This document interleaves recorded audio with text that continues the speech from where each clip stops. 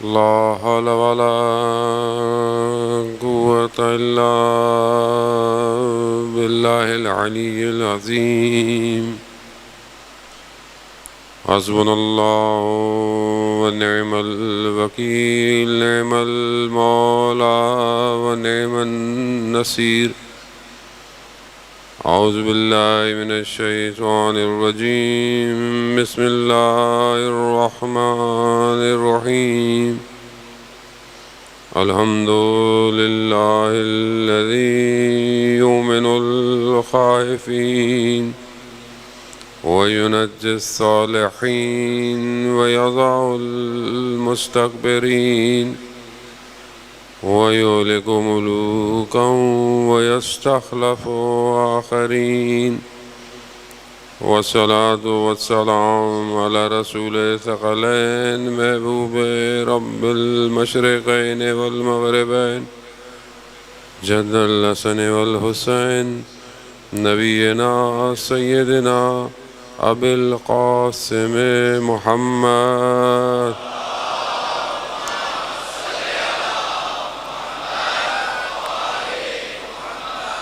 وعلى آله الطيبين الطاهرين المعصومين، لا سيما بقية الله في الأرضين. روحي وأرواحنا لتراب مقدم الفداء، ولعنة الله على أعدائهم أجمعين.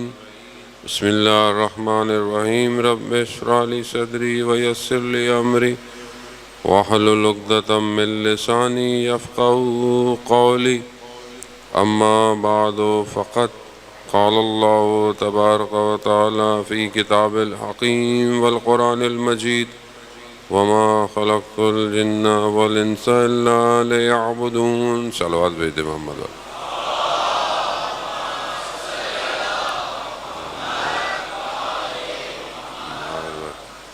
عزاداران سید الشہداء،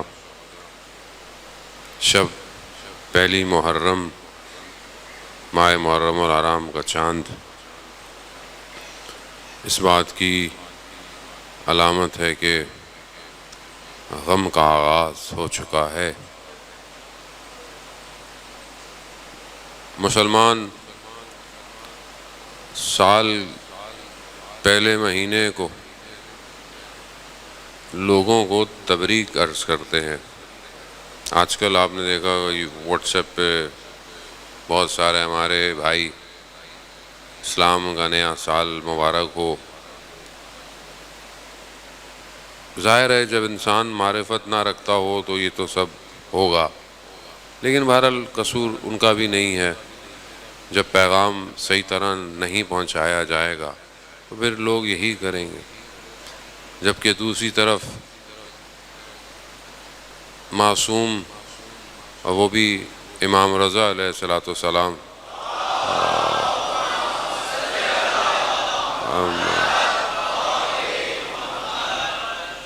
جب ماہ محرم کا چاند نکلتا تھا سیاہ لباس پہنتے تھے، سیاہ شال اوڑھ لیتے تھے، مسکرانا چھوڑ دیتے تھے. اور وہ روایت جو بہت مفصل ہے کہ اگر توفیق ہوئی تو بیان ہو کہ یبن الشبیب ماہ محرم کا چاند نکل آیا ہے. خوب امام گریہ کی طرف انسان کو بلا رہے ہیں. ماہ محرم ہے ہی ایسا. ہمیں بھی ان ایام میں کوشش یہی کرنی ہے کہ ہم آہستہ آہستہ امام کی اس وادی میں داخل ہوں جس میں امام ہمیں دعوت دے رہے ہیں. کربلا آج بھی اپنے پورے وجود کے ساتھ اپنے ماننے والوں کو بلا رہی ہے. کربلا صرف فزیکل جگہ یا ایک روئے زمین پر مقام نہیں، کربلا ایک نظریہ ہے جو ہر دل میں جگہ رکھتا ہے، اور جس کے وجود کربلا کے ساتھ متصل ہو جائے پھر نہ کوئی زمانہ اسے روک سکتا ہے، نہ کوئی اسے مکان روک سکتا ہے. وہ اپنے امام تک پہنچنے کو تیار رہتا ہے۔ خواجان محترم، ہمیں بھی ان چند دنوں میں کوشش یہی کرنی ہے کہ ہم اپنے وجود سے اپنے امام تک پہنچیں۔ اصل کربلا اپنے وقت کے امام کا ساتھ دینا ہے۔ ساتھ کچھ بھی لے کے جاؤ، خالی ہاتھ چلے جاؤ، امام قبول کر لے گا، کیونکہ امام کو کچھ چاہیے نہیں، امام کو صرف ہمارا وجود چاہیے۔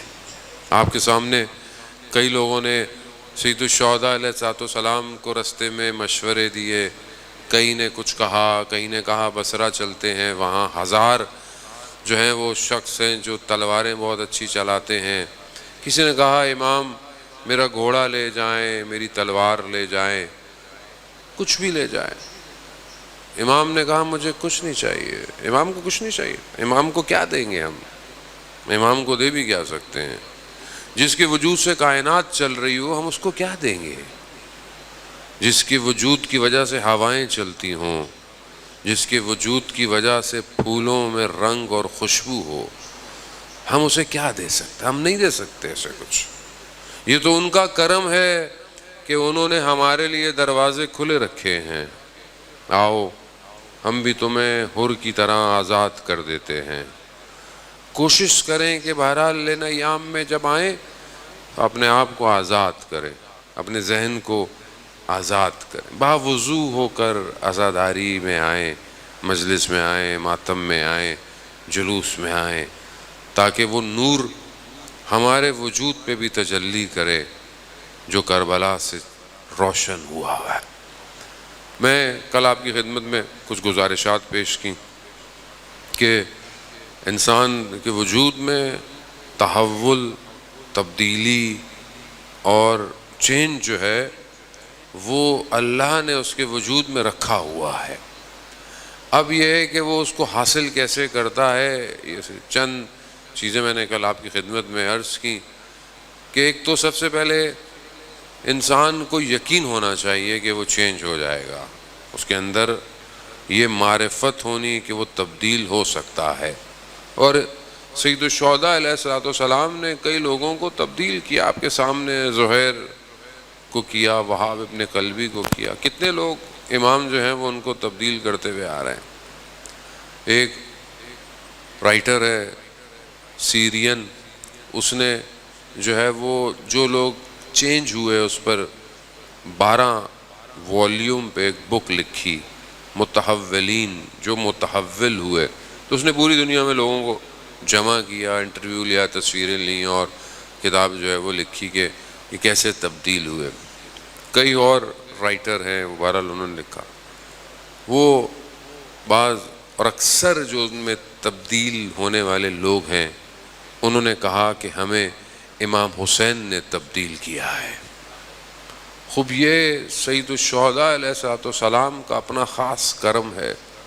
اب یہ تبدیلی کے لیے پہلی چیز یقین، باور، دوسری چیز طریقہ، روش، تیسری چیز بصیرت کا ہونا، چوتھی چیز کہ انسان جو ہے وہ رہبر، لیڈر کا انتخاب کرے اپنی تبدیلی کے لیے۔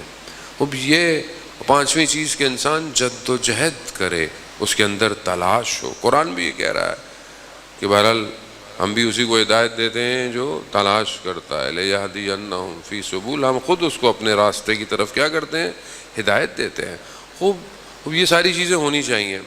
کچھ چیزیں تحول کے لیے بہت امپورٹنٹ ہیں، اور پہلی چیز جو کہ انسان کو تحول ایجاد کرتی ہے وہ فکر ہے، تفکر ہے۔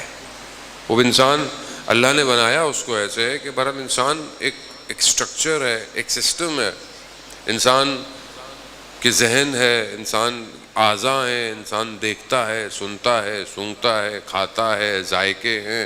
خوب اگر انسان کو اللہ نے ایسا دیا تو اس کے اندر ایک پورا یہ ہارڈ ویئر ہے، یہ ساری چیزیں ہارڈ ویئر ہے، تو سافٹ ویئر اس کا اللہ نے اندر رکھا ہوا ہے۔ آپ کو گرم احساس کیسے ہوتا ہے؟ ہاتھ گرم لگتا ہے، اصل یہاں پر سافٹ ویئر ہے، ہارڈ ویئر سافٹ ویئر سے اٹیچ ہے، جہاں آپ کو گرم ہے، ٹھنڈا ہے، کیسے احساس ہوتا ہے؟ سگنل ٹرانسمٹ ہوتے ہیں انسان کی باڈی میں. انسان کا بھوک کیسے لگتی ہے؟ آپ اسٹمک آپ کو سگنل ٹرانسمٹ کرتا ہے، آپ کو بھوک لگی ہے، آپ کو پیاس لگی ہے. اگر یہ سسٹم ڈسکنیکٹ ہو جائے، انسان کو بھوک لگنا ختم ہو جاتی ہے، انسان کو پیاس نہیں لگ رہی ہے، انسان کو ٹھنڈے گرم کا پتہ نہیں چل رہا، بیمار ہو جائے، بخار ہو جائے، زبان ذائقہ ختم ہو جاتا ہے. کیا ہوتا ہے؟ سگنل ختم ہو جاتے ہیں، ڈسکنیکشن ہو جاتی ہے. آج کل کے دور میں موبائل انسان کا جو ہے وہ تھوڑا سا پرانا ہو جائے، سافٹ ویئر اپ ڈیٹ نہیں ہوتا، وہ آگے آپ جتنی بھی چیزیں بولے ڈاؤن لوڈ نہیں ہو رہا، سافٹ ویئر اپ ڈیٹ نہیں ہو رہا. کمپنیاں بھی اسمارٹ ہیں، بناتی ایسا ہے کہ تھوڑے دنوں بعد نیا موبائل لینا ہی لینا ہے آپ کو. خوب اسی طرح انسان بھی اپ ڈیٹ مانگتا ہے، انسان کا وجود اس سافٹ ویئر سے کنیکشن مانگتا ہے. خوب دنیا نے جتنے بھی نظریات آئے، آئیڈیالوجی آئیں، ادیان، مذہب، انہیں ظاہر سے تو خیر جو کرنا تھا وہ کرنا تھا، اصل جو ان کا کام تھا وہ سافٹ ویئر سے تھا. وہ آپ سیدھے سادے ہوں، کچھ بھی کریں، کیوں لوگوں کو مشکلات رہیں ان ہستیوں سے جو سافٹ ویئر چینج کرنے آئے تھے. وہ سافٹ ویئر جو چینج کرنے آئے کون تھے؟ مطلب ایک شخص، کسی کو کیا مسئلہ تھا؟ مطلب حضرت یوسف کے بھائیوں کو اپنے چھوٹے بھائی سے کیا مسئلہ تھا؟ مجھے آپ بتائیں کیا مسئلہ تھا؟ بھائی صاحب بڑے ہیں، سارے بڑے بھائی تھے، سارے کام یہی کرتے تھے. اب ایک چھوٹا بھائی ہے، مگر انہیں سمجھ میں آ گیا اس کا سافٹ ویئر بہت ہائی ہے، اللہ کا نبی اس کی طرف بہت جھکا جھکا رہتا ہے. اب یہ مشکل ہوئی کہ یہاں سافٹ ویئر کا مسئلہ ہے. یہ نہیں دیکھا کہ یہ چھوٹا ہے یا بڑا ہے، نہیں، وہ چھوٹا ہے تو چھوڑ دو، کیا کرے گا، وہ تو کہیں جاتا بھی نہیں ہے، وہ تو گھر میں ہی رہتا ہے. نہیں، یہ سافٹ ویئر کل بہت سارے ہارڈ ویئر کو چینج کر دے گا، اس کے ہارڈ ویئر ہی کو ختم کر دو. اب یہ آج ہم سمجھ نہیں رہے عزیزان محترم. آج دنیا کو ہارڈ ویئر نہیں چاہیے. آپ دنیا میں کہیں بھی رہیں، مسلمان رہیں، شیعہ رہیں، کسی کو کوئی فرق نہیں پڑتا، کسی کو فرق پڑتا ہی نہیں ہے. آپ سب کے سافٹ ویئر چاہیے اس، آپ کے انٹرنل آپ کا عقیدہ کمزور کر دے، بس ختم ہو. مگر کربلا میں کیا تھا؟ لا الہ الا اللہ تھی، نماز تھی، سب کچھ تھے، قاری تھے، سب کچھ تھا. کیا چیز نہیں تھی؟ Soft where. اس کے اندر سے وہ مین سافٹ ویئر ہٹا دو. سافٹ ویئر کیا ہے؟ اللہ نے اپنے ولیوں کے ذریعے سے اپنی مخلوق کو اپ گریڈ کیا ہے. اپ گریڈ ہر دور میں نبی آیا اس نے بڑھا، اور ان کا مقابلہ بھی اسی طرح ہوا. پہلے زمانے میں نبیوں کے مقابلے میں، ہر نبی کے مقابلے میں لوگوں کو تلوار لے کر نہیں آئے ہیں، آئیڈیالوجی لے کر آئے، آئیڈیالوجی، نظریہ لے کر آئے. خدا کے مقابلے میں خدا لے کر آؤ. خوب کیا حال ہے؟ وہ ایک اللہ کی عبادت ہے، یہاں بتوں کی پوجا کرو. خوب یہ ضروری ہے انسان محترم، ہم اس کو سمجھنے کی کوشش کریں. آج کے دور میں آپ کی مجلس کوئی نہیں روکے گا، آپ کا ماتم کوئی نہیں روکے گا. تھوڑے بہت لوگ ہیں جو بہرحال کوشش کرنے کی، ہر سال کہیں جلوس روکنے کی کوشش کرتے ہیں. خوب یہ کوئی کچھ نہیں کر سکتا، کیونکہ یہ دنیا کا نظام نہیں ہے، یہ الہی نظام ہے. اسے کوئی روک نہیں سکتا، اسے کوئی روک ہی نہیں پایا آج تک. کہاں روکا؟ یہ پھیلتا جا رہا ہے، یہ بڑھتا جا رہا ہے. لیکن جو مشکل ہے وہ سافٹ ویئر کی ہے، کہ جب دشمن دیکھتا ہے کہ ہارڈ ویئر تو میں کچھ نہیں کر سکتا، میں سافٹ ویئر میں آؤں. سافٹ ویئر کیسے خراب ہوگا؟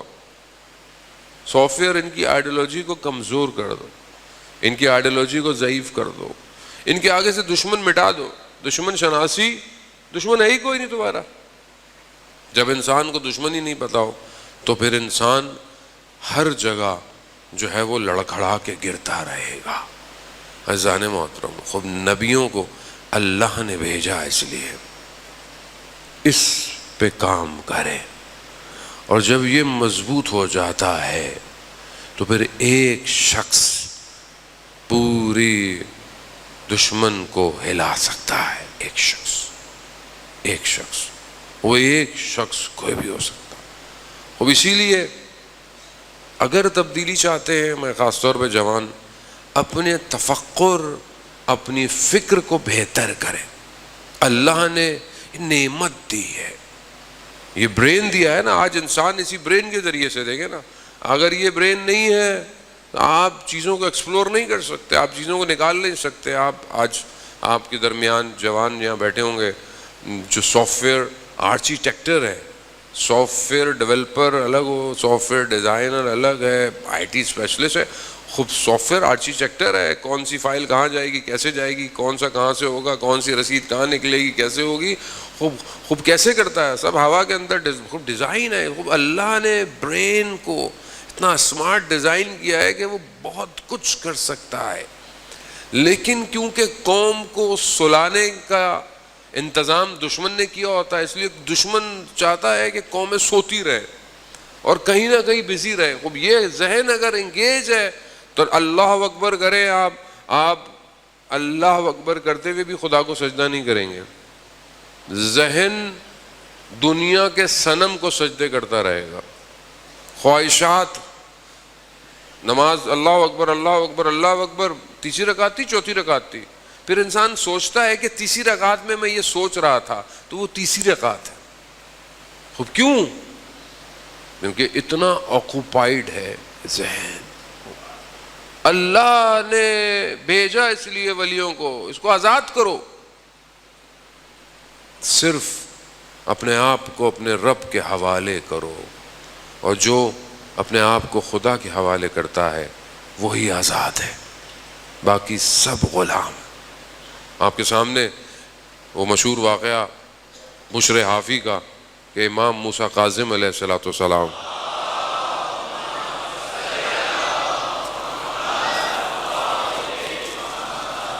امام گزر رہے ہیں گلی سے. آپ نے بہت دفعہ سنا ہوگا، میں نے بھی کئی دفعہ اس کو تکرار کی. گزر رہے، دیکھا کہ ایک گھر سے گانوں کی آوازیں آ رہی ہیں، موسیقی کے آلات کی آوازیں ہیں. کنیز گھر سے باہر کچرا رکھ رہی ہے. امام نے پوچھا کس کا گھر ہے؟ آزاد کا گھر ہے یا غلام کا گھر ہے؟ کنیز تھی، کہا میرے آقا کا گھر ہے، آزاد ہے. امام نے کیا فرمایا؟ کہا اگر یہ غلام کا گھر ہوتا تو اس میں سے آوازیں نہ آتی. اور یہ جملہ امام نے فرمایا. کنیز نے سنا، کنیز اندر گئی، پوچھا دیر کیوں ہوئی؟ کہا ایسے ایسے امام گزر رہے تھے. امام کہا کیا ہوا؟ کہا امام نے مجھ سے پوچھا کس کا گھر ہے، میں نے بتایا. تو کہا پھر امام نے کیا فرمایا؟ کہا امام نے فرمایا اگر یہ بندے کا گھر ہوتا، غلام کا گھر ہوتا تو ایسا. اب آپ سوچیں کلام معصوم کی طاقت. انڈائریکٹ آئی ہے، ڈائریکٹ بھی نہیں آیا. اسی حالت میں دوڑتا ہوا گیا، گلی کے کونے پر امام کے قدموں میں گرا، خدا کی بارگاہ میں توبہ کی. خدا نے وہ درجہ دیا کہ ننگے پاؤں توبہ کی تھی، ساری زندگی ننگے پاؤں رہا، اور جس جگہ سے چلتے تھے جانور بھی اس جگہ کو خراب نہیں کرتے تھے.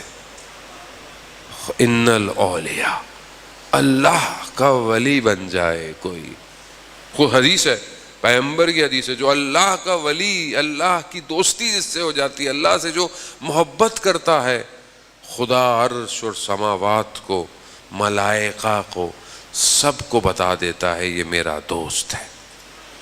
خوب یہ مقام تفکر، ایک جملہ سافٹ ویئر چینج، ایک جملہ بس. خوب یہی ضرورت ہے.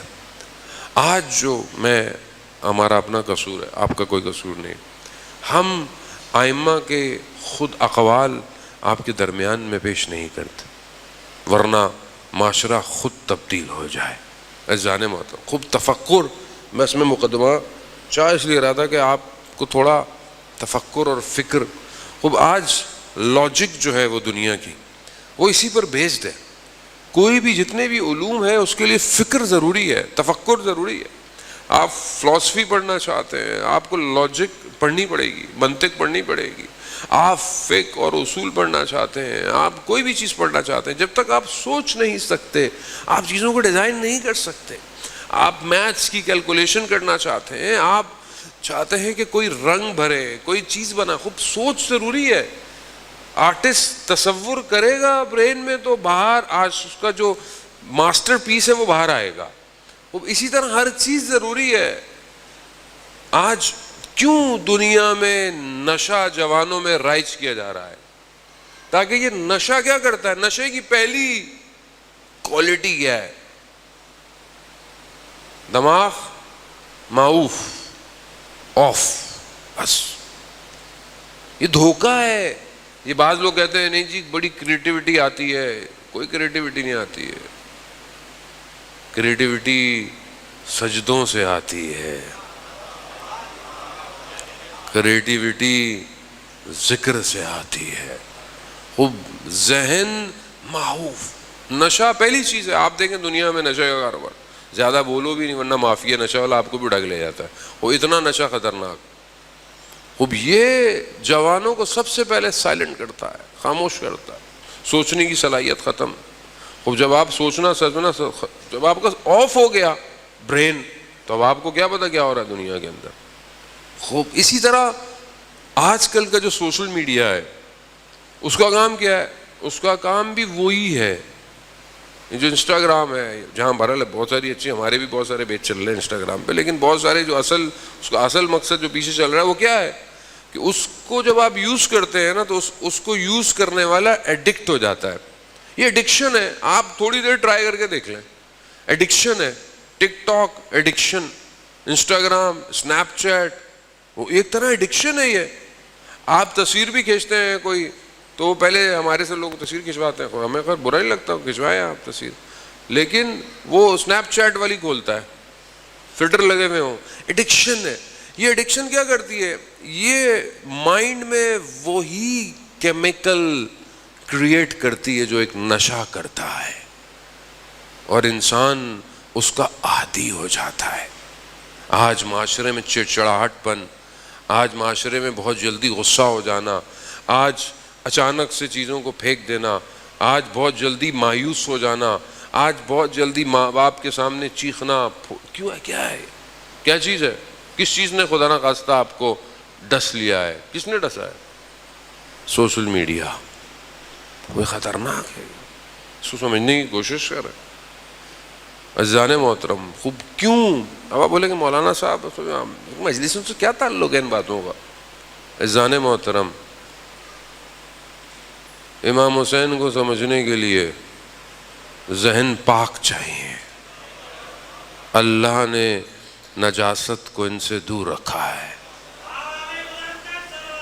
اللہم صلی علی محمد وآل محمد. خدا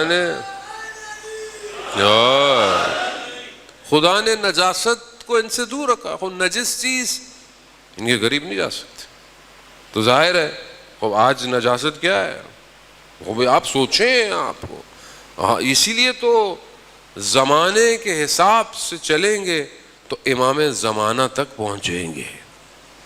اگر پیچھے ہی رہے، پاسٹ ٹینس کی باتیں کرتے رہے، صرف ماضی کی باتیں کریں جو کہ بہرحال عبرت کے لیے ضروری ہیں، لیکن اگر آپ حال میں نہیں آئیں گے عزیزان محترم. آج آرٹیفیشل انٹیلیجنس کا دور ہے. آج چیٹ جی پی ٹی جو ہے وہ انسان کی تھیسس لوگوں نے لکھنا چھوڑ دیے ہیں، لوگوں کی کام ختم ہو گئے. آپ سارے کام کر رہے ہیں، وہ لوگ آگے کی طرف ربوٹ کی طرف جا رہے ہیں. تو اس زمانے میں آپ کو اپنے امام کی نصرت کرنی ہے، میں نے بھی نصرت کرنی ہے، آپ نے بھی کرنی ہے. وہ کیسے کریں گے؟ جب تک آپ سمجھ نہیں پائیں گے کہ سسٹم ہے کیا. سسٹم الہی کے مقابلے میں ہمیشہ سے ایک سسٹم آیا ہے. اس کا کام اس زمانے کے حساب سے برین کو اپنے کنٹرول میں لینا ہے. لوگوں کو سوچنے نہ دو. اگر کوئی ذرا سا کوشش کرے تو اس کے ساتھ کیا کرو. حضرت ابراہیم علیہ السلام نے کیا کیا؟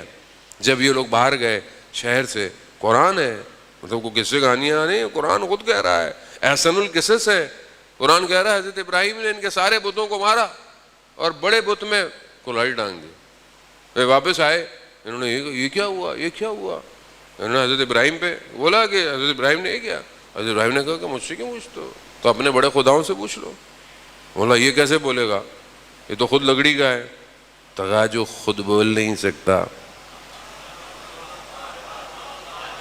Soft where. حضرت ابراہیم نے بھی کیا کیا, سافٹ ویئر چینج کر دو, سافٹ ویئر. لیکن نمرود آپ کو پتا ہر زمانے میں انہوں نے کیا کیا, آگ میں پھینک دو. آگ بھی اتنی دہکائی گئی کہ بہت دور سے حضرت ابراہیم کو اس میں جھونک آ گیا. مگر خلیل اللہ ہے, حضرت جبرائیل بھی آئے, کہا میں آپ کی کچھ مدد کروں, حالانکہ وہ بھی اللہ ہی کی طرف سے آئے تھے.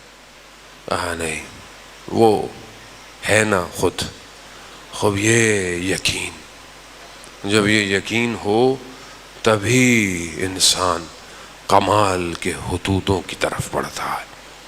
خوب اسی یقین کو لے کر کربلا جانا ہے اعزان محترم. خوب یہ تفکر بہت ضروری ہے. یہ چند تفکر کی قسمیں میں آج آپ کی خدمت میں بس میں بیان کروں اور آپ سے التماس سے دعا. اعزان محترم, پہلا تفکر جو ہے وہ خدا کی صفات میں ہے. انسان تفکر خدا کے لیے, خدا کی ذات میں تفکر منع ہے.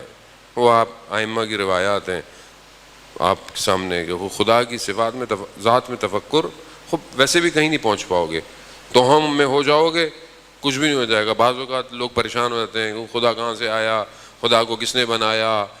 خدا, بچے تو سوال کر سکتے ہیں, بہرحال بچے ہوتے ہیں, بہرحال ان کو ہوتا ہے, لیکن آپ کو ان کو صحیح جواب دینا ہے, غلط جواب نہیں دینا. آپ کا غلط جواب اس کا عقیدہ بنا دے گا, اس لیے اس کو غلط جواب نہ دیں. بچہ اگر نہیں آتا معذرت کر لیں یا پوچھ لیں کسی سے. خوب اسی لیے خدا کی صفات میں کہ خدا کی توحید میں خدا ہے کیا, خدا رحمان کیسا ہے, اس کا جمال کیسا ہے, اس کا جلال کیسا ہے. خوب یہ بہرحال انسان اس میں تفکر کرے, خدا کی طرف بڑھے. خوب یہ آپ کے سامنے شخص جو ہے وہ ملحد تھا, خدا کو نہیں مانتا, مشرک ہے, آیا امام جعفر صادق علیہ السلام کی خدمت میں, اللہم صلی علی امام خدمت میں آیا. امام سے پوچھا خدا کے بارے میں مجھے بتائیں, میں خدا کو. ایک بچہ اندر آ رہا تھا, اس کے ہاتھ میں انڈا تھا. امام نے کہا اس انڈے کو دیکھو. بعض اوقات خدا منوانے کے لیے برہانوں کی اور دلیلوں کی ضرورت نہیں ہوتی, انہی سے. امام نے کہا اس انڈے کو دیکھو. اس نے بولا انڈے کو, ہاں. کہا تو اگر اس کو بھی غور سے دیکھو تو تمہیں خدا سمجھ میں آ جائے گا. کہا کیسے؟ کہا کس طرح ایک چھوٹے سے حصے میں سفیدی اور زرد دونوں الگ الگ ہیں, ایک دوسرے میں مل نہیں رہے ہیں. وہ یہ نظام کس نے بنایا ہے؟ اسی سے وہ خدا کی طرف ہو گیا. بہرحال اور بہت ساری توحید مفضل جو کتاب اردو میں بھی ترجمہ ہو چکی, جوانوں کو چاہیے اعزان محترم. بہرحال مجھے پتا ہے کتاب پڑھنا بڑا مشکل کام ہے, کتاب پڑھنا بہت مشکل کام ہے, لیکن کتاب دوستی کریں. جو قومیں کتابیں نہیں پڑھتی وہ قومیں ترقی نہیں کرتی, یاد رکھیں. آپ سوچیں کتنے کلومیٹر پر ہمارے ہاں لائبریری ہے. بعض ملکوں میں آپ جائیں اتنی خوبصورت لائبریریاں ہیں کہ انسان کا دل چاہتا ہے کہ چلو چلا ہی جائے. خوب ظاہر ہے جہاں کچھ عرصے میں لائبریریاں نہ ہوں تو قوم کیسے پڑھے گی؟ کتاب دوستی نہیں ہے. ماں باپ بچوں کو تحفے میں کتابیں دیتے ہی نہیں ہیں. کتاب کی کبھی آپ کسی اوکیشن پہ بچوں کو لے جائیں, میں بریکٹ پہ ساری باتیں کر رہا ہوں, کہ جائیں آپ تحفہ کتاب کا لا کے دیں, خود جائیں. اور خود ہی ماں باپ کو نہیں پتہ کتابوں کو, تو بچوں کو کیا کتابیں دیں گے؟ وہ کورس کی کتابیں اتنی ہیں. کل میں ایک بک سٹور پہ گیا, دیکھا وہ بچہ اس سے اٹھایا ہی نہیں جا رہا, اسکول کھلنے والے آگے اتنی جھک رہا ہے. میں نے سوچا میں کیا بولوں میں اب اس کو, یہ لاد رہے ہیں آپ, پڑھا تھوڑی رہے ہیں آپ اس کو. اتنا کچھ پڑھنے کے بعد بھی وہ معاشرے میں انسان پیدا نہیں ہو رہا, کیونکہ اصل علم سے دوری ہے. ایسا نہیں. کم از کم جو کتابیں اردو میں ترجمہ ہو گئی ہیں, حدیث و روایات ہیں, پڑھیں آپ. اذان محترم کوشش کریں, ہمت کریں. اذان محترم ماہ محرم میں جو ہے وہ سید الشہداء کے اپنے کلمات پڑھیں، مطلب تھوڑی سی کوشش کریں. اب یہاں آپ دیکھیں کہ امام نے کسی آرام سے جو ہے وہ اس کو جو ہے وہ امام جانتے ہیں کس کو کیسے جو ہے وہ بنانا. ایک اور شخص امام کی خدمت میں آتا ہے اور کہتا ہے کہ مولا میں نہیں مانتا، بہرحال آپ توحید اور اس کی باتیں کرتے ہیں، میرے لیے کوئی دلیل دیں کہ میں خدا کو مانوں. امام جانتے تھے کس سے کیسے وہ گفتگو کرنی ہے. امام نے کہا اچھا یہ بتاؤ تمہیں کس نے بنایا؟ مجھے کس نے بنایا؟ کہا تم نے اپنے آپ کو خود بنایا؟ کہا نہیں. کہا تمہارے والدین نے تمہیں بنایا؟ کہا نہیں. کہ تمہارے والدین کو کس نے بنایا؟ تو کہا بس وہ جس نے بنایا ہے نا وہی خدا ہے. وہ سادے طریقے سے اس کو سمجھا دیا. وہ اب یہ ڈیپینڈ کرتا ہے. تو یہ تفکر خدا کے لیے بہت ضروری ہے، توحید کے لیے. ہم سب مسلمان پیدا ہو گئے، ہمیں پتہ ہے اللہ ایک ہے، بس ایک ہے. کیسے ہے؟ دو کیوں نہیں ہو سکتے؟ دو ہو جائے تو کیا ہوگا؟ رازق ہے تو کیسا ہے؟ خالق ہے تو کیسا ہے؟ وہ غضب کرتا ہے تو کیسا ہے؟ رحمان ہے تو کیسا ہے؟ وہ بہرحال ایک حد اقل مسلمانوں کو ایک کتاب تو توحید پہ پڑھنی چاہیے. ایک کتاب تو پڑھیں توحید پہ. البتہ یہ ہماری ساری مجلسیں توحید کا درس ہیں، البتہ یہ بھی سب توحید ہی کا درس ہے. وہ لا الہ الا اللہ توحید، اور کربلا توحید ہے. سید الشہداء نے سب کچھ لا الہ الا اللہ کی خاطر کیا ہے، اور کچھ بھی نہیں ہے کربلا میں، جو بعض اوقات مسلمانوں کی سمجھ میں نہیں آتا کہ کربلا لا الہ الا اللہ ہے، کچھ نہیں ہے. اور پہلا تفکر عزیزان. دوسرا تفکر موت، معاد، مرنے کے بعد میں، قیامت میں. یہ بہت ضروری ہے کہ انسان موت کو یاد کرے، تفکر، فکر کرے انسان. مولا کائنات حضرت علی ابن ابی طالب علیہ الصلوۃ والسلام، اللہم صلی علی محمد. امام جو ہے وہ ہر نماز سے پہلے جو ہے وہ موت کی طرف لوگوں کو دعوت. فکر کرو، تفکر کرو. مومن دن میں روایات کہتی ہیں 25 دفعہ موت کو یاد کرتا ہے. امام 7ویں امام گزر رہے ہیں، قبرستان آیا، امام نے اپنے اطراف کے لوگوں کو یہی کہا کہ یہ جو قبر ہے یہ آخری کمرہ ہے اس دنیا سے جانے کا. سمجھ لیں کہ وہ ایگزٹ گیٹ ہے اس دنیا سے جانے کا. ایگزٹ گیٹ بھی تو ہونا چاہیے. کہیں قبر ہے تمہاری، یہ آخری کمرہ ہے. ویٹنگ روم ہوتا ہے نا، بس اس کے بعد اب کیا ہے؟ یہ ویٹنگ روم ہے، آگے آفس ہے، ڈاکٹر ہے، ایئرپورٹ ہے، لانچ میں بیٹھے ہوئے ہیں، آگے فلائٹ ہے. قبر کیا ہے؟ لانچ، آخری لانچ. اس کے بعد ہر کسی کا جہاز لگا ہوا ہے. قبر ایسی ہے جانے موت، اس کو یاد کرے. موت انسان کی زندگی کو ڈائریکشن دیتی ہے. موت کی فکر کرنا، آخرت کی فکر کرنا گھبراہٹ نہیں ہے. اب انسان کو زندگی میں بہت ساری پریشانی ہو، ڈپریشن ہو. شخص آیا معصوم کے پاس، مولا میری زندگی میں بڑی پریشانیاں ہیں، دل میرا بڑا ڈوبا رہتا ہے، میں پریشان ہوں. امام نے کہا مر جاؤ گے قبر میں، سب سے پہلے آنکھ یوں ہو جائے گی، ہاتھ یوں ہو جائے گا، بال یوں. کہا نہیں مولا میں ٹھیک ہو گیا، میں ٹھیک ہو گیا. وہ ایسی ہے جب انسان اپنی قبر کے بارے میں سوچے تو ہوگا اس کے ساتھ کیا، فوراً ٹھیک ہو جاتا ہے. کہتا نہیں اللہ کا شکر ہے میں ٹھیک ہوں. جانے محترم، تفکر، فکر، معاد، قیامت میں کیا ہوگا، قیامت میں کیسے کھڑا ہوں گا، وہ ظاہر حساب دینا ہے. پہلی چیز آپ کو پتہ ہے، امام نے کئی ملاقاتیں عمر ابن سعد لعین کے ساتھ ہوئی ہیں، کئی ملاقاتیں. جب نہیں مانا آخری میں جہاں صرف 6 لوگ ہیں، ادھر حضرت علی اکبر علیہ جناب ہیں، ادھر حضرت عباس علیہ السلام ہے، ادھر اس کا بیٹا ہے، غلام ہے. آخری ملاقات ہے. امام نے بولا مثلا تمہیں نہیں پتا، تم نہیں، میں آپ کو جانتا ہوں، خود تم کس کے لیے کر رہے ہو؟ شہر رے کے لیے کر رہے ہو، نہیں ملے گی تمہیں یہ. امام نے جو اس کو ایک سوال سے اس کے ذہن کو بیدار کرنے کی کوشش کیا ہے، کیا تمہیں موت پر یقین نہیں ہے؟ کیا تمہیں قیامت پہ یقین نہیں ہے؟ لیکن جب انسان اندر سے مردہ ہو جائے تو اسے کوئی چیز بیدار نہیں کر سکتی. جانے محترم، اس لیے اپنے آپ کو بچا کے رکھیں. ایک وقت ایسا آئے گا جب توبہ کے دروازے بند ہو جائیں گے. ظہور وہ کہ ہم چاہتے ہیں کہ ابھی ہو ظہور، لیکن بہت ساری چیزیں بند بھی ہو جائیں گی، اس لیے کوشش کریں ایسا کوئی عمل زندگی میں نہ ہو، خدا نہ خواستہ انسان کسی گناہ کی حالت میں ہو اور ظہور ہو جائے۔ کیسے جائیں گے آپ؟ کس طریقے سے جائیں گے؟ مطلب خود شرمندگی ہے یہ کہ یہاں امام کی آواز آ رہی ہے اور میں خدا نہ خواستہ دنیا میں مصروف ہوں، میں اپنی تنہائی میں گناہ کر رہا ہوں، نعوذ باللہ، ویزانے اترا۔ اس لیے معاد دوسری چیز۔ تیسری چیز، انسان کو تاریخ میں تفکر، گزشتہ میں، نہج و بلاغہ میں خطبے بھرے پڑے ہیں، امام فرماتے ہیں اپنے گزشتگان سے عبرت حاصل کرو۔ جو بھی امام نے ایک لیٹر جو ہے وہ لکھا ہے اپنے ایک گورنر کو، اس میں امام نے لکھا ہے کہ تم جو کچھ تاریخ میں ہوا ہے وہ پھر ہونے والا ہے، اس لیے اپنے گزشتگان سے عبرت حاصل کرو۔ عزیزان محترم، خوب عبرت انسان کی ضروری ہے، انسان قرآن کے اندر عبرت حاصل کرے۔ پہلے قومیں کیا تھیں، کیا ہو گئیں، کس نے کیا کیا، کس طرح ہو گیا، کس نے کتنا خدا پہ توکل کیا، کس مقام پہ پہنچ گیا۔ خوب یہ بہت ضروری ہے، آئندہ آنے کی خبریں۔ چوتھی چیز، قرآن پر تفکر کرنا۔ بس میں تیزی سے آپ کو یہ چیزیں گنوا رہا ہوں تاکہ بہرحال یہ ذہن جو ہے وہ ان چیزوں کو، یہ پریکٹیکل چیزیں ہیں، یہ کوئی ایسی چیزیں نہیں ہے کہ آپ بولیں کہ میں نہیں کر سکتا۔ قرآن پر تدبر، قرآن خود کہہ رہا ہے فلا تدبرون، کہ اب تم تفکر نہیں کرتے، تدبر نہیں کرتے۔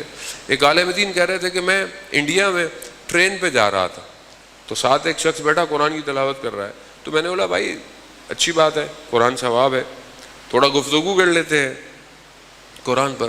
کہا میں ہندو تھا، وہ شخص کہتا ہے میں نیا اس کتاب سے انٹروڈیوس ہوا ہوں، اس لیے میں پڑھ رہا ہوں۔ خوب کہا کیسے ہوئے؟ کہا ایک آیت کی وجہ سے، ایک آیت کی وجہ سے۔ جو میں یہ آیت آپ کو چاہ رہا تھا کہ میں آپ کو سناؤں اور اس کے ساتھ آگے پیچھے کی صلوات بھیج دے محمد والے محمد۔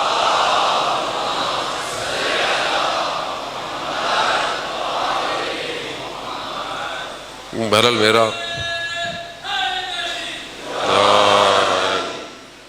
ویزان محترم، خوب سورہ قیامت 75واں سورہ ہے، وہ پروردگار اب اس کی پہلی آیت میں کہتا ہے کہ بسم اللہ الرحمن الرحیم، لا اقسم بیوم القیامہ، ہم روز قیامت کی خدا جو ہے وہ قسم کھا رہا ہے۔ پھر کہتا ہے اور نفس لوامہ کی کہ سب لوگ کھڑے کیے جائیں گے۔ تیسری آیت، ایا سب الانسان الن نجمع عظامہ، کیا انسان یہ خیال کرتا ہے کہ ہم اس کو بکھری ہوئی ہڈیاں اکٹھی نہیں کر پائیں گے؟ انسان سوچتا ہے۔ چوتھی آیت وہ ہندو کہتا ہے کہ یہ میں نے سنی، اس ایک آیت نے مجھے مسلمان کر دیا۔ کیوں؟ قرآن میں تفکر کیا اس نے۔ آیت کیا ہے؟ بلا قادرین علی ان نسوی بنانہ، ضرور، اور ہم اس بات پر، خدا کہہ رہا ہے کہ ہم اس بات پر قدرت رکھتے ہیں، قادر ہیں کہ اس کے فنگر پرنٹس کو قیامت میں دوبارہ صحیح کریں گے۔ وہ ہندو کہتا ہے کہ آج سے 1400 سال پہلے یہ علم کہاں سے آیا کہ ہر انسان کے فنگر پرنٹس الگ ہیں؟ وہ پریشان ہو گیا۔ 1400 سال کہا اگر پہلی بات تو نبی نے کسی سے سیکھا نہیں، کسی سے سیکھا ہو؟ کہا نہیں، نبی نے کسی سے سیکھا نہیں، اور نبی نے جہاں سے علم لیا یہ کون سا علم ہے کہ جو 1400 سال پہلے کہہ رہا ہے کہ سب کے فنگر پرنٹس اکٹھے کیے جائیں گے۔ اذہان محترم، ایک آیت پہ تفکر کرنا، وہ قرآن پہ تفکر کرے انسان۔ قرآن جو ہے وہ فطرت کے ذریعے سے دعوت دے رہا ہے کہ فطرت ہے، ہر چیز فطرت پر کر، عقل کے ذریعے سے دعوت دے رہا ہے۔ قرآن احساسات کے ذریعے سے دعوت، سنوریہم آیات، اللہ کیا کہتا ہے؟ گھومو پھرو، دیکھو میری نشانیوں کو دیکھو۔ خوب یہ تفکر ہے، فکر ہے، حادثات، واقعات، خوب یہ حوادث انسان کو فکر کی طرف دعوت دیتے ہیں۔ خوب خدا پر خدا کی طرف تفکر، پھر اس کے بعد جو ہے وہ انسان جو ہے وہ چیزوں کی طرف تفکر کرے، پھر انسان بہرحال قرآن، تاریخ، وہ انسان جو ہے وہ اس تفکرات کو آگے لے کے جائے۔ اگلا تفکر نعمتوں پر تفکر کرنا ہے۔ خدا کہتا ہے کہ ہم نے تمہیں نعمتیں دی ہیں مگر تم اس کا شکر نہیں کرو گے، خوب نعمتیں ہیں۔ اور آخری تفکر علماء بیان کرتے ہیں کہ انسان جو ہے وہ اپنی عاقبت پر تفکر کرے کہ جو میں کر رہا ہوں اس کا نتیجہ کیا نکلنا ہے۔ عزیزان محترم، خوب انسان جو ہے وہ کمزور ہے، ضعیف ہے۔ انسان بہت ساری باتیں جانتا ہے مگر جب پریکٹیکل کام کرنے لگتا ہے تو کمزور ہو جاتا ہے۔ مجلس یا عزاداری، خدا کا شکر کریں، یہ سب سے بڑی نعمت ہے کہ جس کا شکر بھی کرنا چاہیے اور فکر بھی کرنا چاہیے کہ ہم اس کے ذریعے سے کیا حاصل کریں۔ عزیزان محترم، جب انسان وادی امام کی طرف پڑھتا ہے تو پھر وہ حالت ذکر میں آ جاتا ہے۔ ذکر صرف زبان سے نہیں ہے، ذکر پورا وجود کرتا ہے انسان کا۔ وہ بالکل ایسی ہے جیسے آج کل کے دور میں آپ کسی ایسی اسپیس میں، آج کل ایسی جگہیں بنی ہوئی ہیں جس میں انسان جاتا ہے تو گریوٹی لیس ہو جاتا ہے۔ گریوٹی لیس ہونے کے لیے انسان، گریوٹی نہیں ہو تو انسان کیا ہے، ہوا میں معلق ہو جاتا ہے، یعنی پورا ایک ویکیوم کریٹ ہوتا ہے، انسان اس کے اندر آ جائے تو انسان گریوٹی لیس ہو جاتا ہے۔ خوب جب انسان وادی امام میں آتا ہے تو پھر ہاتھ میں تسبیح کی ضرورت نہیں، کاؤنٹر کی ضرورت نہیں، قبلے کی طرف رخ کی ضرورت نہیں۔ ہاں نماز تو پڑھنی ہے قبلے کی طرف، لیکن ہر وقت ذکر کی حالت میں رہتا ہے، اس کے اعضاء، اس کے وجود ذکر کرتے ہیں۔ یسبح للہ ما فی السماوات و ما فی الارض، زمین اور آسمان تسبیح کر رہے ہیں۔ وہ یہ تسبیح مجھے کیوں نہیں سنائی دیتی؟ میں کیوں نہیں اس تسبیح کو سنتا؟ مجھے کیوں نہیں آواز آتی کہ پتا بھی کہتا ہے لا الہ الا اللہ، پتھر بھی کہہ رہا ہے سبوح قدوس؟ مجھے کیوں نہیں آتی؟ کیونکہ میں دنیا کے شور میں پھنسا ہوا، میں نے اپنے آپ کو خود غفلت میں رکھا ہوا ہے۔ خوب حالت ذکر میں آئیے، مجلس حالت ذکر ہے۔ جب آپ ذکر میں آئیں گے تو اپنے آپ کو اپنے امام کے سامنے پائیں گے۔ آیت اللہ قاضی طباطبائی رضوان اللہ تعالیٰ علیہ خود فرماتے ہیں کہ جب میں تہجد کی نماز پڑھتا تھا، نخلستان میں پڑھتے تھے نجف سے باہر، تو کہتے تھے کہ ان کی نماز 1 گھنٹے کی تہجد، ہم سے تو 2 منٹ 3 منٹ۔ پبلک پوچھتی مولانا صاحب آسان طریقہ بتائیں تہجد کو، رات کو پڑھ لیں سونے؟ ہاں بھائی پڑھ لو، رات کو پڑھ لو، چلتے ہوئے پڑھ لو، قضا پڑھ لو، پڑھو تو صحیح۔ یہ ایسی عبادت ہے کہ خدا ملائکہ سے کہتا ہے کہ ملائکہ گواہ رہنا، یہ جوان وہ عبادت کر رہا ہے جسے میں نے اس کے اوپر واجب نہیں کیا مگر کر رہا ہے۔ آیت اللہ بہجت، آیت اللہ غازی طباطبائی کے شاگرد ہیں، وہ قنوت میں جو ہے وہ تہجد کی وتر میں دعائے جوشن کبیر پڑھ رہے ہیں۔ ہم سے تو نہیں پڑھی جاتی ہے، مولانا پڑھتے ہیں، ہم دھاگے پھکواتے ہیں ان سے۔ وہاں ایک شخص اکیلا، وہ کہتے ہیں میں جب پڑھتا تھا تو دنیا کے رابطے منقطع ہو جاتے تھے اور صرف ایک ہی کنیکشن آن ہو جاتا تھا، اور جتنے ذکر عرش پہ ہوتے تھے مجھے آواز آتی تھی۔ خوب انسان اس وادی میں جائے، کب جائیں گے؟ مرنے کے بعد بھی کچھ سنا تو کیا سنا، مرنے سے پہلے سنا۔ یہ لذت شوق، یہ عبادت زندہ دیکھنے میں ہے۔ اللہم ارن الطلعۃ الرشیدہ والغرۃ الحمیدہ، میں اپنی ان گناہگار آنکھوں سے دیکھنا چاہتا ہوں مولا، میں اپنی حیات میں آپ کو دیکھنا چاہتا ہوں۔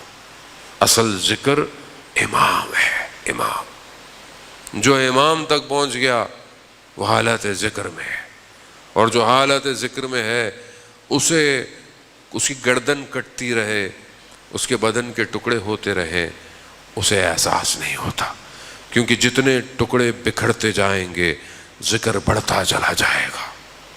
حالت ذکر میں خوب یہ قرآن کی آیت الا بذکر اللہ تطمئن القلوب، آگاہ ہو جاؤ، اللہ کا ذکر دلوں کو اطمینان دیتا ہے۔ چھٹے امام سے جب پوچھا گیا مولا یہ کون سا ذکر ہے، امام کیا فرماتے ہیں؟ نحنو ذکر اللہ، ہم اللہ کا ذکر ہیں۔ خوب اپنے وقت کے امام تک پہنچیں تاکہ ہم بھی حالت ذکر میں، اور جو حالت ذکر میں آتا ہے عزیزان محترم وہ آیات الہی کو دیکھتا ہے، اسے اللہ کی نشانیاں نظر آتی۔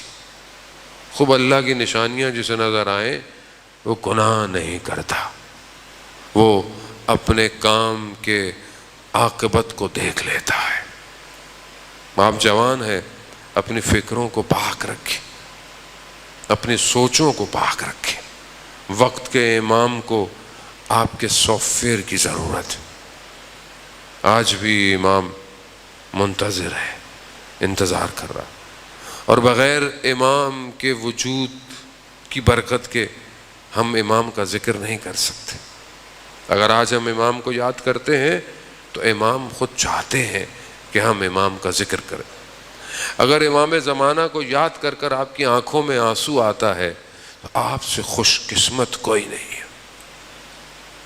سید الشہداء پر گریہ کرنا کمال ہے، ایک قطرہ قیامت جہنم کی آگ، لیکن اپنے زمانے کے امام کے لیے رونا بڑا مشکل ہے۔ زانے محترم متا ترانا و ناراقا، مولا ہم کب آپ کو دیکھیں گے؟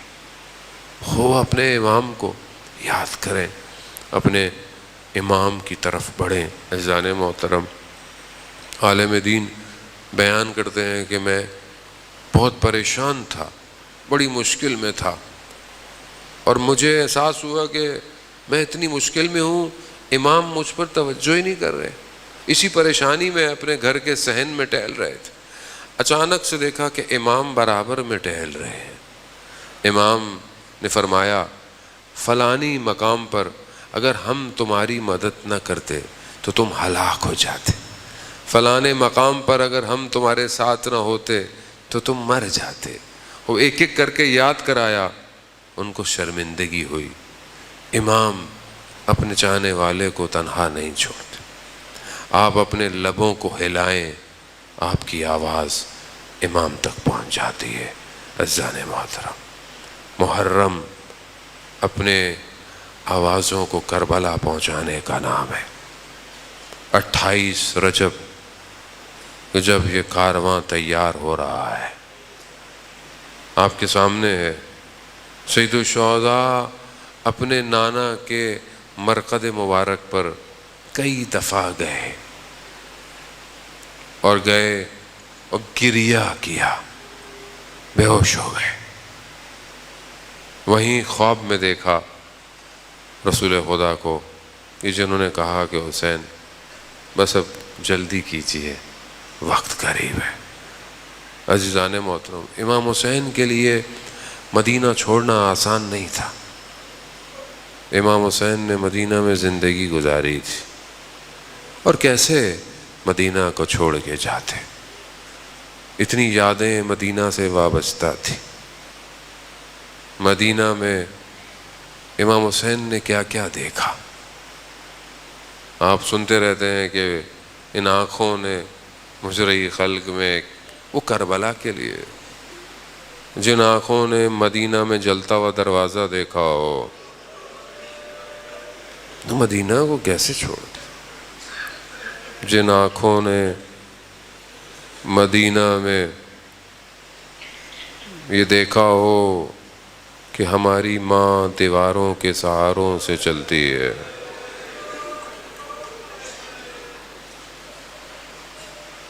اور جو امام حسن نے کوچہ بنی ہاشم میں دیکھا، وہ تو امام حسین نے نہیں دیکھا۔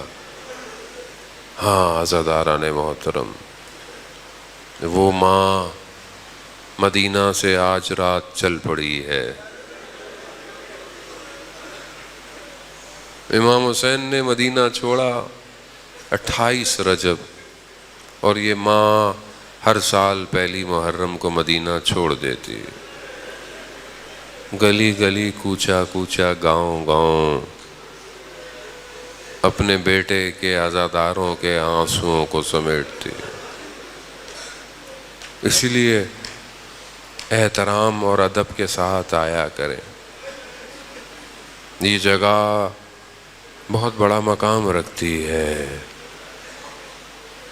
امام مدینہ چھوڑا، جانے کی تیاری ہے۔ مصائب آپ سنتے رہتے ہیں، بہرحال مقدمہ ہے۔ عزاداران محترم، امام جب جانے لگے، نکلنے لگے، تو بہن نے پوچھا، بھائی کہاں کی تیاری ہے؟ ہاں مدینہ چھوڑ آؤ۔ ہاں ہم بھی آپ کے ساتھ جائیں گے۔ کہا اپنے شوہر سے اجازت لیجیے، امام ہے، شریعت کے پاسدار ہے۔ بی بی زینب سلام اللہ علیہا اپنے شوہر کی خدمت میں پہنچی، مریض ہیں، آنکھوں میں آنسو گرے۔ جناب عبداللہ کی آنکھ کھلی، کہا گریہ کیوں کر رہی ہیں؟ کہا آپ تو جانتے ہیں میں اپنے بھائی کے بغیر نہیں رہ سکتی۔ ہاں، کہا بھائی مدینہ چھوڑے۔ خدا آپ کو اس کا اجر دے، خدا آپ کو اس کا۔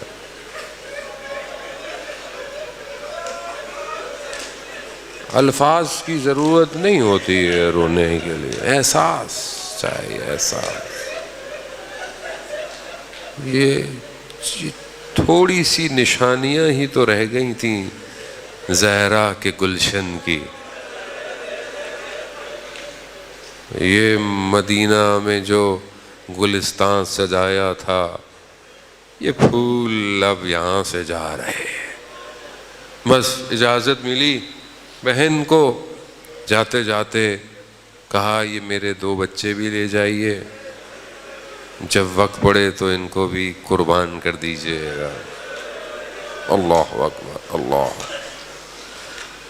بس یہ بچے لے گئی زینب، اور آپ کے سامنے کیا شان اور شوقت، کیا سوار، کیا سواریاں، اور کیا سوار کرنے والے۔ حضرت علی اکبر، جناب حضرت عباس سوار کر رہے ہیں۔ یہ محمل، یہ پردے، یہ مدینہ آخری دفعہ دیکھ رہا ہے، یہ پھر نہیں دیکھے گا۔ کارواں چلنا شروع ہوا، مدینہ کی خاک اڑ اڑ کے ان کو لپٹ رہی ہے کہ جس حالت میں یہ ابھی ہیں پھر یہ حالت نہیں ہونی۔ بس عزاداران محترم، آپ جانتے ہیں اب مدینہ حسین کو نہیں دیکھے گا، نہیں دیکھے گا۔ مدینہ کی خاک اپنے آپ کو کربلا کی خاک میں ضم کرنا چاہتی ہے۔ اللہ اکبر، اللہ اکبر۔ ہاں عزاداران محترم، بڑی یادیں ہیں مدینہ سے۔ اللہ اکبر۔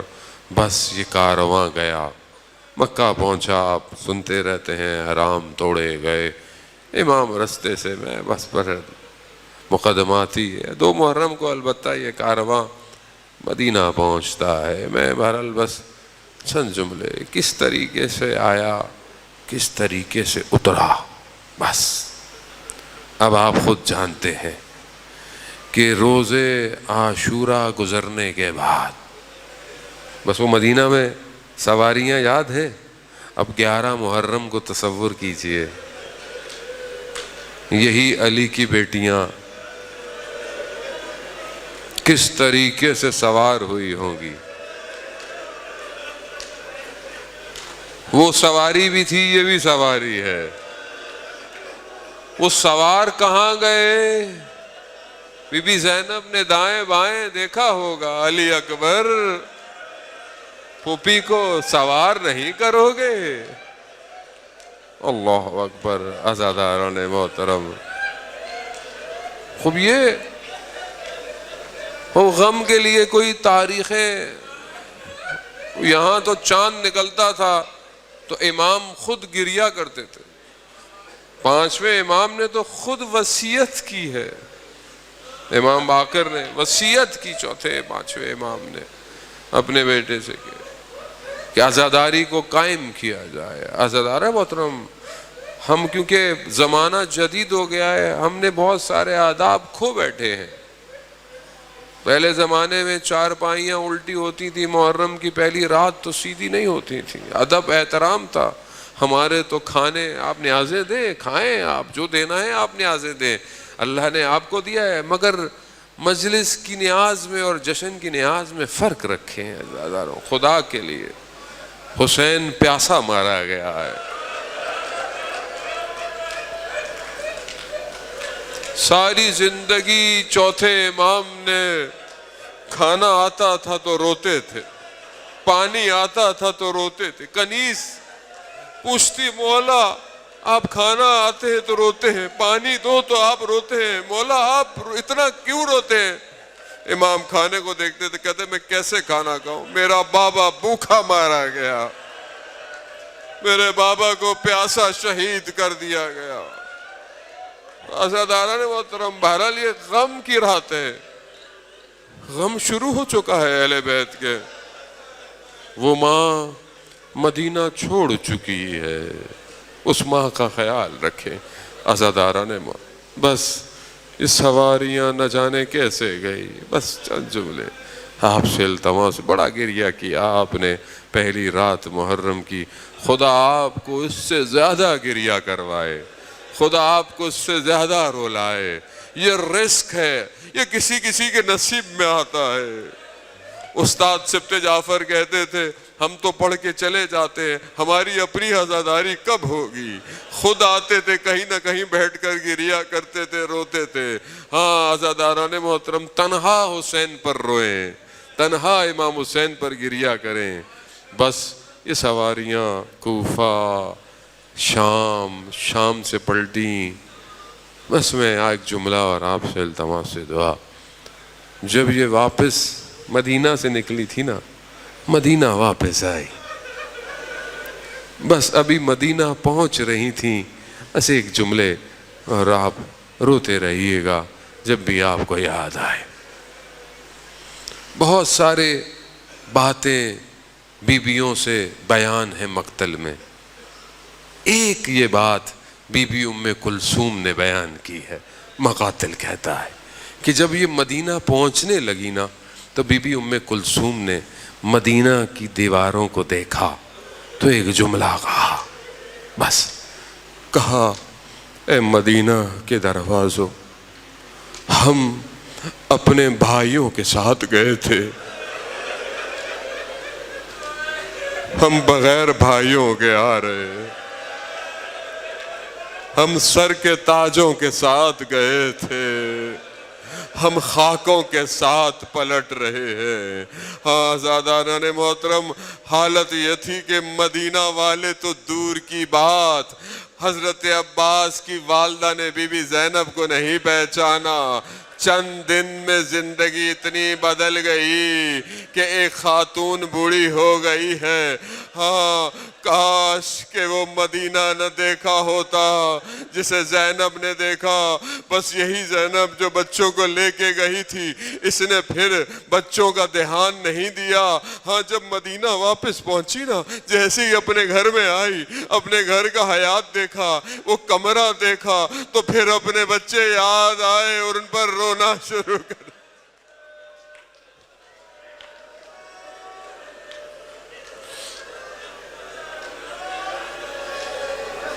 الا لعنت اللہ علی القوم الظالمین وسیعلم الذین ظلموا ای منقلب ینقلبون۔ پروردگار تجھے واسطہ ان بہتے ہوئے اشکوں کا، ان آنکھوں کا، ان آنسوؤں کا جو صرف خالص تیرے ولی کی خاطر آنکھوں سے نکلتے ہیں، وقت کے امام کے ظہور میں تعجیل عطا فرما، ہمیں ان کے ناصروں ان کے مددگاروں میں شمار فرما، ہمارے امام کو ہمارے اعمال سے راضی فرما، ہمیں اپنے امام کی معرفت نصیب فرما، ہمیں اپنے امام کے لیے زندگی گزارنے کی توفیق عطا فرما، ہماری مجلس عزاداری کو ہمارے امام کی طرف بڑھنے کی توفیق عطا فرما، ہمارے ذکر کو قبول اور مقبول فرما، ہمارے مرحومین کی مغفرت فرما، ان کی قبروں کو نور سے منور فرما، انہیں اہل بیت کی قیامت میں شفاعت نصیب فرما، بیماروں کو بیمار کربلا کے صدقے میں شفاء کاملہ اور عاجلہ عطا فرما، بے اولادوں کو حضرت علی اصغر کے صدقے میں اولاد عطا فرما، جو بے گناہ اسیر ہیں اسیران کوفہ اور شام کے صدقے میں جلد سے جلد رہائی عطا فرما، ہمارے وطن عزیز پاکستان کو عزت اور استحکام عطا فرما، مسلمانوں کو آپس میں محبت اتفاق کے ساتھ غم حسین منانے کی توفیق عطا فرما۔ پروردگار مسلمان جہاں بھی ہیں ان کی جان مال عزت آبرو کی حفاظت فرما، علماء کرام مراجع اکرام جو بھی دین کی خدمت کر رہا ہے، اسکاؤٹ والے، میڈیا والے، منتظمین، ناظم، سلام پڑھنے والے، مرثیہ پڑھنے والے، والنٹیئرز اور جتنے بھی ادارے ہیں، پولیس ہے، رینجرز ہے، سیکیورٹی ہے، جو بھی بہرحال ان ایام میں سید الشہداء کی مجالس اور عزاداری کے لیے ایک قدم بڑھا رہا ہے، ایک سانس لے رہا ہے، ایک قلم اٹھا رہا ہے، پروردگار اسے اپنی بارگاہ سے اجر کثیر عطا فرما۔ اللہم ارزقنا زیارت الحسین فی الدنیا و شفاعتہ فی الآخرہ۔ صلوات بے محمد۔